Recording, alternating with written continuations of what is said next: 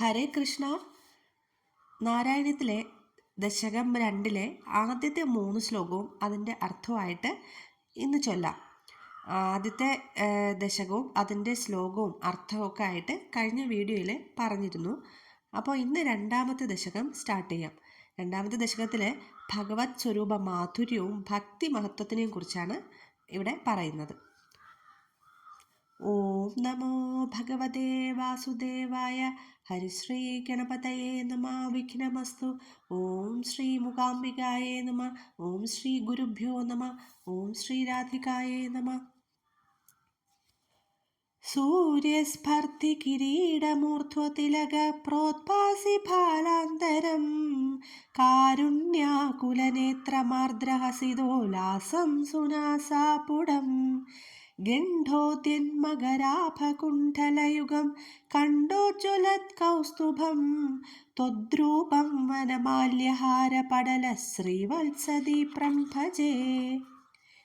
കേയൂരാംഗഗതകങ്കണോത്തമമഹാരത്നാങ്കുലീയാങ്കിത ശ്രീമദ്ബാഹുചതുഷ്കസംഗതഗദാ ശങ്കാരി പങ്കേരുഹാം കാഞ്ചിത് കാഞ്ചന കാഞ്ചിലാഞ്ചിതലസത്പീതാംബരാലംബനീം ആലംബേ വിമലാംബുജദ്യുതിപദാം മൂർത്തിം തവാർത്ഥിച്ചിതം എത്രൈലോക്യമഹീയസോऽपि महिदं सम्मोहनं मोहनात् कान्तं कान्तिनिधानतोऽपि मधुरं माधुर्यदुर्यादपि सौन्दर्योत्तरतोऽपि सुन्दरतरं त्वद्रूपमाश्चर्यतोऽपि आश्चर्यं भुवनेन कस्य कुतुकं पुष्णादि विष्णो विभो. അപ്പോൾ ഇനി ആദ്യത്തെ ശ്ലോകവും അതിൻ്റെ അർത്ഥമായിട്ട് പറയാം. സൂര്യസ്പർദ്ധി കിരീടമൂർധ്വതിലക പ്രോത്പാസി ഫാലാന്തരം കാരുണ്യാകുലനേത്രമാർദ്രഹസിതോല്ലാസം സുനാസാപുടം ഗണ്ഡോദ്യന്മകരാഭകുണ്ഠലയുഗം കണ്ടോജ്വലത് കൗസ്തുഭം ത്വദ്രൂപം വനമാല്യഹാരപടല ശ്രീവത്സദീപ്രം ഭജേ. ഇതിൻ്റെ അർത്ഥം എന്ന് പറയുന്നത് ഭഗവാന്റെ രൂപവർണ്ണനയാണ് ഇവിടെ പറയുന്നത്. ഭഗവാന്റെ കിരീടം മുതൽ വർണ്ണിക്കുകയാണ്. ഭഗവാന്റെ കിരീടം കാണുമ്പോൾ സൂര്യന് വല്ലാത്ത അസൂയ തോന്നുന്നു എന്നാണ് ഇവിടെ പറയുന്നത്. കാരണം സൂര്യനേക്കാൾ തേജസ് ഭഗവാന്റെ കിരീടത്തിനുണ്ടെന്നാണ് ഭട്ടതിരിപ്പാട് പറയുന്നത്. ഗോപിക്കുറി കൊണ്ട് തിളങ്ങുന്ന നെറ്റിത്തടവും കാരുണ്യം കൊണ്ടുള്ള നേത്രങ്ങളും മൃദുവായ ഒരു പ്രകാശത്തോടുള്ള ചിരിയും മനോഹരമായ നാസാപുടങ്ങളോടു കൂടിയും മകരാകൃതിയിലുള്ള കുണ്ഡലങ്ങളും അതിലെല്ലാം രത്നങ്ങളും പതിപ്പിച്ചിട്ടുണ്ട്. അതിൻ്റെ എല്ലാം പ്രകാശം പ്രതിഫലിപ്പിക്കുന്ന കവിൾത്തടവും കഴുത്തിൽ അണിഞ്ഞിട്ടുള്ള വനമാലകൾ, ഹാരപടലങ്ങൾ, കൂടാതെ ശ്രീവത്സം എന്ന മാർഗ് എന്നിവയെല്ലാം പ്രകാശം കൊണ്ട് ശോഭിക്കുന്ന ഭഗവാനെ ഞാൻ വണങ്ങുന്നു എന്നാണ് ഭട്ടതിരിപ്പാട് ഇവിടെ പറയുന്നത്, ആദ്യത്തെ ശ്ലോകത്തിൽ പറയുന്നത്. അടുത്ത രണ്ടാമത്തെ ശ്ലോകം.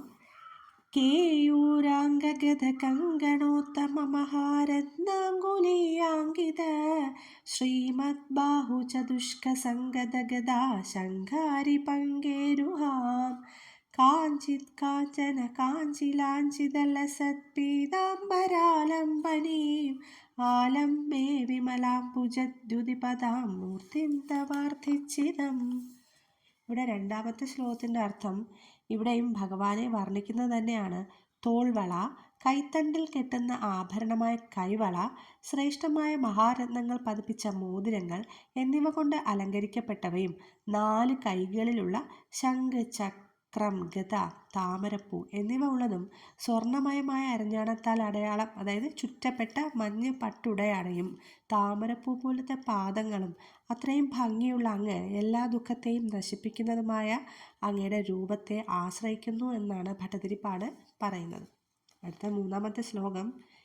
യത്രൈലോക്യമഹീയസോऽപി महिदं सम्मोहनं मोहनात् कान्तं कान्तिनिधानतोऽपि मधुरं माधुर्यधुर्यादपि सौन्दर्योत्तरतोऽपि सुन्दरतरं त्वद्रूपमाश्चर्यतोऽपि आश्चर्यं भुवनेन कस्य कुतुकं पुष्णादि विष्णो विभो. മൂന്നാമത്തെ ശ്ലോകത്തിൽ പറയുന്നത്, ഈ ലോകത്തിൽ ഭഗവാന്റെ സൗന്ദര്യത്തെക്കുറിച്ച് വർണ്ണിക്കാൻ ഭട്ടതിരിപ്പാടിന് വാക്കുകളില്ല എന്നാണ് പറയുന്നത്. എന്താണോ സൗന്ദര്യം ഉള്ളത്, ആ സൗന്ദര്യത്തെക്കാൾ ഭംഗിയുള്ളതാണ് ഭഗവാന്റെ രൂപം. ഭഗവാന്റെ രൂപം എല്ലാവരും നമ്മളെ മനസ്സിൽ കാണണമെന്നാണ് പറയുന്നത്. നമ്മൾ കണ്ണടച്ച് ഭഗവാന്റെ രൂപം ഒന്ന് മനസ്സിൽ സങ്കല്പിച്ച് നോക്കൂ. രത്നങ്ങൾ പതിപ്പിച്ച കിരീടങ്ങളും ആ താമരയുടെ ഇതള പോലത്തെയുള്ള ആ ഒരു നേത്രങ്ങളും മകരാകൃതിയിലുള്ള കുണ്ഡലങ്ങളും പിന്നെ ഭഗവാന്റെ മൂക്ക്, ചുണ്ട്, എന്താണ് എല്ലാം വളരെയധികം മധുരതരം എന്ന് തന്നെയല്ലേ പറയാറുള്ളത്. അതുപോലെ ഭഗവാന്റെ ആ ഗോപിക്കുറി, കഴുത്തിൽ അണിഞ്ഞിരിക്കുന്ന വനമാല, ഹാരങ്ങൾ, അതിൻ്റെയൊക്കെ ആ ഒരു മണം, സുഗന്ധം എന്ന് പറയുന്നത് അത് എന്താണ്, അതുപോലെ തന്നെ ഇത് മഞ്ഞപ്പട്ടാടയുടെ മുകളിൽ കെട്ടിയിരിക്കുന്ന അരഞ്ഞാണം, പിന്നെ അതുപോലെ താമരപ്പൂ പോലത്തെ ഭഗവാന്റെ പാദങ്ങൾ, തൃപ്പാദങ്ങൾ, കൈവള, തോൾവള, അങ്ങനെ എന്ത് ഭംഗിയല്ലേ ഭഗവാനെ കാണാനായിട്ട്. അപ്പോൾ ഭഗവാന്റെ ആ താമരപ്പൂ പോലെയുള്ള ആ ഭഗവാനെ വണങ്ങിക്കൊണ്ട് ഭുവനസുന്ദരനായ ആ ഭഗവാന്റെ തൃപ്പാദത്തിൽ തുളസി കതിരുകൾ അർപ്പിച്ചുകൊണ്ട് നമുക്ക് അടുത്ത ശ്ലോകങ്ങളും അർത്ഥമായിട്ട് അടുത്ത വീഡിയോയിൽ കാണാം. രാധേ രാധേ.